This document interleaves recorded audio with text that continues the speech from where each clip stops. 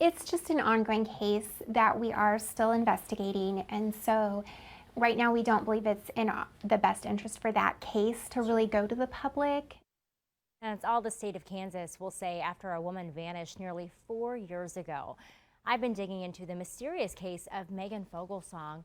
This spring, David Madden shot at law enforcement. He killed his father and then himself. Madden is the boyfriend slash ex-boyfriend, the kind of on and off again between Megan and himself. Well, after all of this, after he killed himself, he was officially named a suspect in her disappearance. I've been looking into a call, though, made to 911, a call that some say could have prevented so much tragedy. Spartan County 911, what's the address of your emergency? David Madden took his girlfriend against her will from my house and we're headed to Alden. Kelly Starnes describing the terrifying moment. Next thing I know, she's screaming for help, and they're doing 100 miles down the road, and he's got a hold of her through the window, and she's outside the pickup. Calling 911, his friend Megan Fogelsong violently taken from his home. But he threatened to put her in a straitjacket and throw her in the closet. He threatened to kill her, and he's had a gun pointed at her before.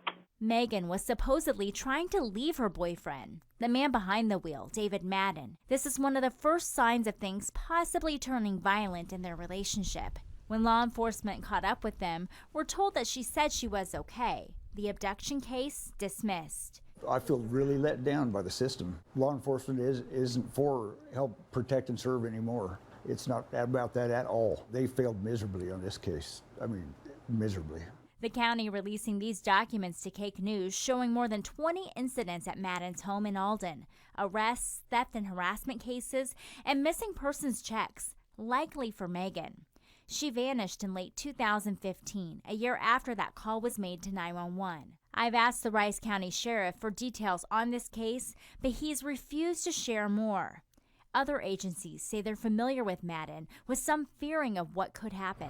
Now, I did get a chance to speak with the Elwyn police chief on the phone, and he tells me he cannot comment on an active investigation, but he did share an officer's report that he put out in June of 2016. This is months after Megan disappeared.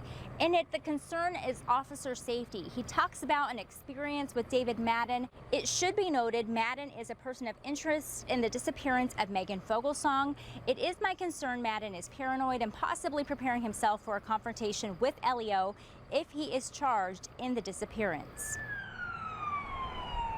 And that confrontation came this April. Madden shooting at the Rice County Sheriff and Undersheriff. The hours-long standoff ends with a 37-year-old shooting and killing his dad, then taking his own life. He was an evil person at the end, especially. Anybody that killed her dad, man. What are your thoughts from here on out? Do you think they'll ever, do you think they'll ever find Megan? I really don't. There's so many places down here in Quivira that they're 13-inch cased wells that are unmarked, and he knew Quivira like the back of his hand. Starnesville's police could have prevented this all, especially after the first call for help. Thank you for being there for me. I'm so sorry that I did not see that you truly cared and was only doing what a good friend would do. To this day, he continues to fight for Megan, searching for his friend who gave him a note after that scary day when she was taken from his home. I hope this is a lifelong lasting friendship. You're an amazing guy. I love you, buddy. Meg.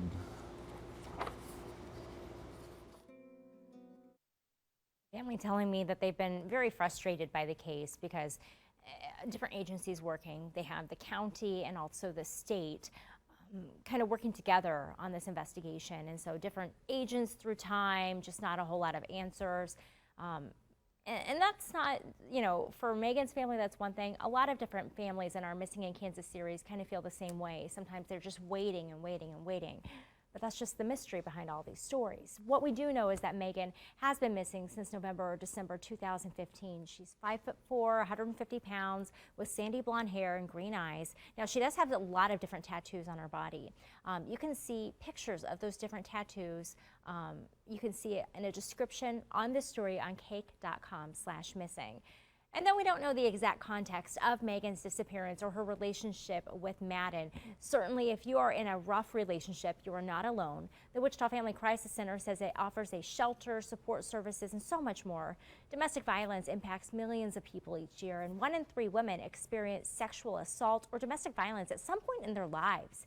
Now, the Crisis Center says that the state cannot keep up with demands, and they want survivors to know that everything shared with them is private. We are a confidential resource, so we aren't going to go to the police. We aren't going to force anyone to do anything. So I think it's really important to just get information. You know, think of it as a place that you can come and get information. Obviously, we're here, you know, in a crisis for help, but if you're in a situation where you're just not sure, give us a call. And those calls can be really from anyone, teenagers, family members. If you're just like, I don't know what to do, help guide me with my friend's situation, they're there for you. The Wichita Family Crisis Center has their crisis line. It's open 24/7. You can call them at 316-267-SAFE. You can also see more information at wichitafamilycrisiscenter.org.